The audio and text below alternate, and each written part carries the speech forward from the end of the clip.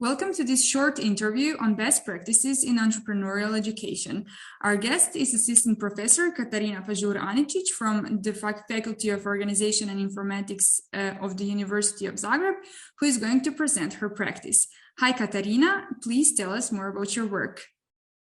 Hi, Barbie, and thank you for this introduction. So my name is Katarina Pajur-Anicic, and I teach courses related to IT service management at the University of Zagreb Faculty of Organization and Informatics, where we apply principles related to work-based learning, project-based learning, and problem-based learning. And beside that, I'm responsible for students' internship at graduate studies at FOI. As well as I'm head of student support and career development center. So let's say I'm involved in different activities through which we are actually enabling our students more entrepreneurial skills. Thank you. And what does the IT service management course consist of? Okay, so let me just give you a short description of a course to get the idea how we work with students. So it is a course at, previously it was in the third year of undergraduate study. Now we shifted to the second year of undergraduate study. And the main goal of the course is to introduce students to all aspects of IT service development. The course is divided into two parts. And in the first part, actually, it's important that students are divided into teams, and each team represents a virtual IT company. So students are in group of 3 or 4 students, and they have a task, a real task they are working on. And the tasks are even given by companies which we are collaborating with, or students have a creativity to actually propose their own tasks. When I say task, they are actually working on the development of application, either mobile or web application, that are aimed to solve certain real world problems. So students are working in teams according to problem-based learning, project-based learning, and work-based learning, as I already mentioned, which means that we are collaborating with employers and in some group of students, and in some other we have simulations. When I say simulations, it means that students in the first part of the course are working on the development of wireframes, blueprints, they are doing the market analysis.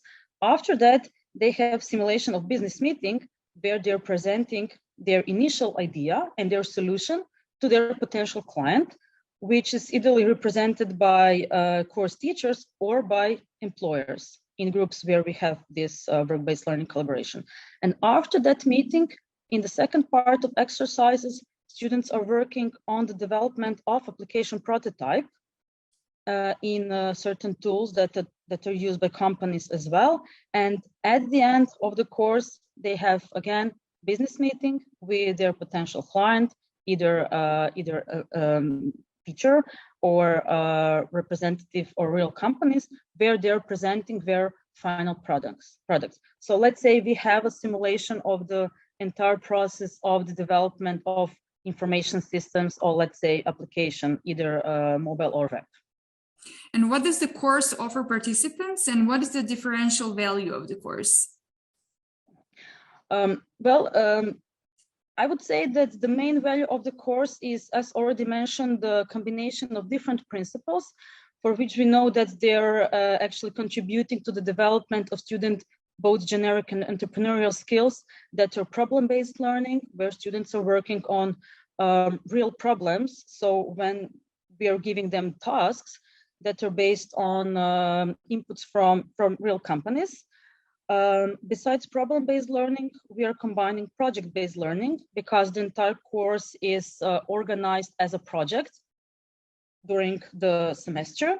And finally, we have involvement of companies, of employers, and that's this third component, the work-based learning, through which students really get the insight into the entrepreneurial world, because most of the companies are actually some companies that were, let's say, startups before, and students can get insight on how it works in a real life. And we are organizing as well visit to those companies as a part of course for some groups of students. Besides that, I would say that the main value is that we have this simulation where teacher is a moderator of student work, of student activities, together with companies. And let's say students are really encouraged to be creative and to cover different aspects of entrepreneurial work, let's say planning, the management, the creativity, and the final presentation of their projects. And what entrepreneurial skills set out in the Entrecom framework does the course provide? Okay, so if we take a look at the entrepreneurship competence framework, I dare say that we actually cover all 3 competence areas. Maybe not all of the competences, but most of them. Maybe just shortly to explain, for example, the ideas and opportunities. Students are really encouraged to work on their own ideas, or if the tasks are given by companies, they have the ability to be really creative in proposing solutions for those tasks. And we really encourage them to make the most of their ideas and try to think as entrepreneurs. So after that, we have the competence area resources. For example, we are working on students' motivation throughout the entire course. We are motivating always to do better and to think about how their solution would, let's say, bring certain added value to final customers.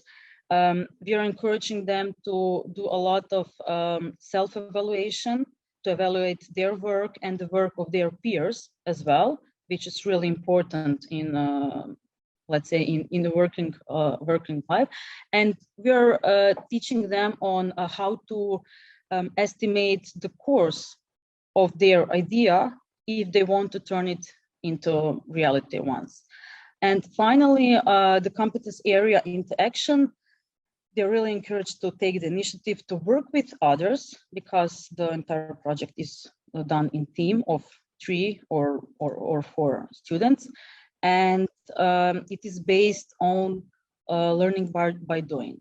So we have teacher who is only moderator, providing, let's say, tasks, guidance, and students are working on their own throughout the entire semester. And finally, after the course, are students better prepared for their future working life and for entrepreneurship? Well, here I need to make a connection, let's say a bit further, because the students in this course are on the, as I said, second or third year of undergraduate study, which means that most of them continue on graduate studies. But this course really gives them basis for their further internship, which is obligatory for students in the second year of graduate study. And according to our statistics for students in informatics, almost 90% of students are actually offered a job in companies when they were doing the internship. And according to the, let's say, alumni feedback we are collecting through Student Support and Career Development Center, some of the students after their studies really have their own business, and they even get support through the faculty, through our Startup at FOI program. So I would say yes. So through this is only one example, the course I described, but we have more courses where we actually are practicing work-based learning and different types of project and problem-based learning. And let's say throughout the combination of different courses and the internship, we are giving our students really good basis for, let's say, have their own business one day. Thank you, Katarina, and thank you for watching.